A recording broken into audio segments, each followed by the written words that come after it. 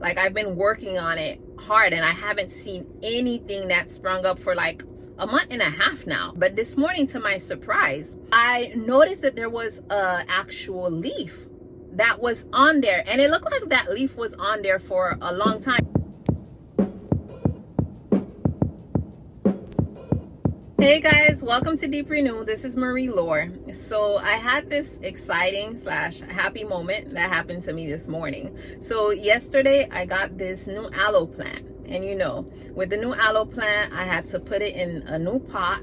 I had to give it some fresh soil, add some manure, you know, give it the golden treatment basically. And with me doing that, I had to pay attention to the rest of the plants that were in my garden as well. And so I had to, you know, give them some manure, trim what needed to be trimmed, throw away what needed to be thrown away, and give whatever needed the golden treatment or whatnot. And this morning when I woke up, I was super excited to actually see. I went to go and take a look at the plants, and one of the plants had, you know, the fungi, the mushroom that sprung up. And I was like, yes, that means that your soil is nutritious. Like, you're getting exactly what you need to get. You're happy right now. And I loved it for it, because that means that pretty soon I'm going to see some major improvements in that plant. And then I went about and looked at my other plant, and that one, like, I've been working on it hard and I haven't seen anything that sprung up for like a month and a half now. I haven't seen any progress with it, but I've been trying my best to learn about it, to give it what it needs basically. And I did not see any progress whatsoever. But this morning, to my surprise, I looked at it, and towards the bottom of it, like towards the shaft, the root, I noticed that there was a actual leaf that was on there, and it looked like that leaf was on there for a long time. It's a newer leaf. It's smaller than the other, like, you know, the old age, the elderly leaves that are on the tree, but it's newer. And I never noticed it until this morning for some odd reason. And I was like, oh my gosh, how long has this thing been here? I never noticed it. And then to make it even more exciting for me, I went and I looked towards the top of that tree, and there were like different branches that were like coming up. Mind you, they're green. They look like little peas basically, but you can tell that they're going to evolve into branches. There's like 3 or 4 of them, and that made me really, really happy. And it really had me thinking about the importance of patience when it comes to life. So today we're going to be talking about the importance of patience and consistency when it comes to the battle of life. And this could be patience in a gym goal that we have. It could be patience in prayer time with God. It can be patience in raising up a child in the way he or she should go. It can encompass patience in all areas of our life. Needless to say, in all areas of our life, patience is required. That is something that I found to be true. No matter which way I try to angle at it, no matter which way I try to go about things and trying to go about it the short way or the fast way, oftentimes I'll inquire situations where I just need a bit more patience to see the end game.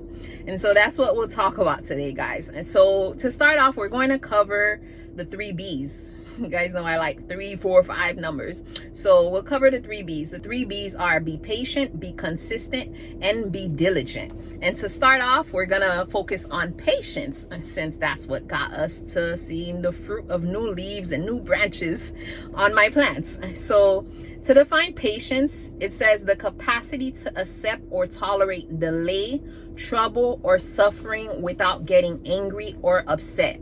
Because let's be real, guys, no matter what it is that we want to accomplish, oftentimes we're going to encounter things that don't go our way. Like, maybe that we have a plan. Let's say I have a plan, right? And I want to get fit. I want my summer body in 3 months. I know that I've been eating all of these things that's not good for my body, that's having the opposite effect of what I want. So now I have to do a complete turnaround, knowing that, hey, I'm not going to start seeing the results immediately in 2 weeks because I've been so consistent at doing this other thing for months. Knowing that, hey, it might take me those 3 months exactly to get to my summer body, and that's okay. I just have to be patient, and I have to be the second B, which is be consistent. I just have to be patient, and I have to be consistent at doing what it is that I'm doing, at showing up to the gym, at saying no to the carbs, at saying no to the sweets, at not buying sweets to put in my pantry for myself. I have to be patient and I have to be consistent at doing it. And since we've already tapped into consistency, the definition of consistency is the quality of always behaving or performing in a similar way, or of always happening in a similar way. So this means that I said no to the carbs today. I'm going to say no to the carbs tomorrow. I said no to talking to my friend on the phone today. I'm going to say no to talking to my friend on the phone tomorrow at that particular time, because that time is my prayer time. So it's remaining the same, remaining the same, remaining the same, remaining the same. That is one thing that has been proven to show results. Hey, I'm going to show up at the gym every morning at 5 a.m. To be able to do so, I have to make sure at the beginning of the week, I plan out all of my gym outfits. Because if they're lined up, I have no choice. In my mind, I make it that I have no choice but to roll out of that bed and get ready and put my gym clothes on and be out the house by a certain time. Or let's say I have a gym in-house. Or let's say I'm saving money and I decide to do the workouts that I need to do at home with the help of YouTube videos, or like some workouts that my friend came up with. Then I just make sure that I do that at that time, and I'm patient and consistent. And God forbid, let's say it happens one day that I miss that day. I'm not too hard on myself. Number one, I'm hard on myself to the point where, yes, tomorrow I'm going to get right back on the train. I'm not going to let the train keep going to day 2, day 3, day 4, day 5, day 6. I'm going to get right back on the train, act as if it never happened, even though it happened. I'm acting as if it never happened because I don't want to be too hard on myself, because I don't want to stay down in the dumps. And I'm going right back at it, going right back to meeting God at that prayer time, going right back to being at the door of the gym at 5 a.m. So as soon as it opens, I'm running inside to get that workout in, because that's the only time that I have during the day to squeeze it in. So patience and consistency and diligence goes hand in hand. And since we've already popped into diligence, let's see what diligence means. Diligence is a steady, earnest, and energetic effort, devoted and painstaking work and application to accomplish an undertaking. A steady, earnest, and energetic effort. That means that I keep going at it no matter what. I keep going at it no matter what. To bring it back to what happened with my plants, I wasn't seeing any signs of life for my plants for a while, which is why I was super happy and excited to see what I saw today. And then to my surprise, the second plant that I took a look at, there was actually a leaf that was growing there for God knows how long, and I never noticed it. So is it quite possible that we can be patient, we can be consistent, we can be diligent, and yet the results are peeking through, they're showing through, and yet we're not seeing it because it doesn't look like what we expected it to look like at the stage in which it's at? I think that's quite possible, actually, because it happened with my plants. It's quite possible that I'm going to the gym, and I don't see that my stomach looks as flat as I want it to look.